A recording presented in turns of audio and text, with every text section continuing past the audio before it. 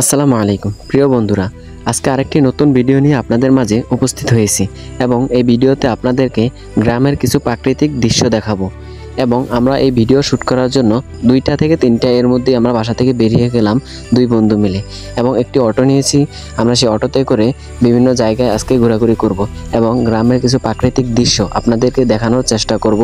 তো আপনারা আমাদের ভিডিওর সাথেই থাকুন। আমরা প্রথমে রওনা হলাম নদীর দিকে এবং নদীর দিকে যাইতে এক গ্রামের রাস্তা পড়ে, যে রাস্তাটা অনেক খারাপ, সে কারণে আমরা গাড়িগুলো রেখে আমরা এখানে হেঁটে হেঁটে যাচ্ছি এবং সাথেই ছিল আমার ভাতিজা। আর ভাতিজায় আমি ভিডিও করতেছি বলে আমার ভাতিজা আমার উপর খুব রেগে গেল। আলহামদুলিল্লাহ, একটু সামনে যাওয়ার পরেই আল্লাহর ঘর মসজিদ আমাদের চোখে পড়ে। মাশাআল্লাহ, কত সুন্দর একটি মসজিদ। এখানে প্রথমে যেভাবে হাইটে আসতেছিল কিছুই বোঝা যাইতেছিল না, কিন্তু এরপরে ক্যামেরা দেখে যেভাবে রেগে গেল মনে হচ্ছে যেন আমাকে খেয়ে ফেলবে। কিছুক্ষণ হাঁটার পর আবার উঠলাম অটোতে, সে অটোতে করে আরেকটু সামনে রওনা হলাম।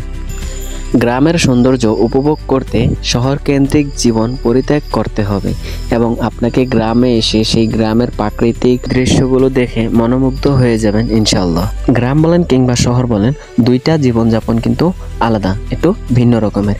যেমন আপনি যদি শহরে বসবাস করেন তাহলে গ্রামের যেই দৃশ্যগুলা, গ্রামের যে প্রাকৃতিক দৃশ্য এবং বিকালের যেই আবহাওয়াগুলা, সেগুলো আপনি শহরে বসে অনুভব করতে পারবেন না। এবং যারা গ্রামে বসবাস করে তারা কিন্তু ওই শহরে থাকার অনুভূতিটা তারা বুঝবে না।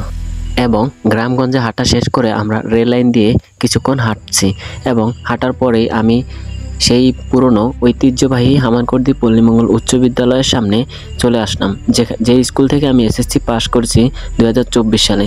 এবং এই স্কুল মাঠে প্রতিদিন বিকালবেলা ফুটবল, ক্রিকেট, কাবাডি, হ্যান্ডবল এবং বিভিন্ন ধরনের খেলা হয়। এই বলে আমি আমার ভিডিওটি শেষ করে দিতেছি।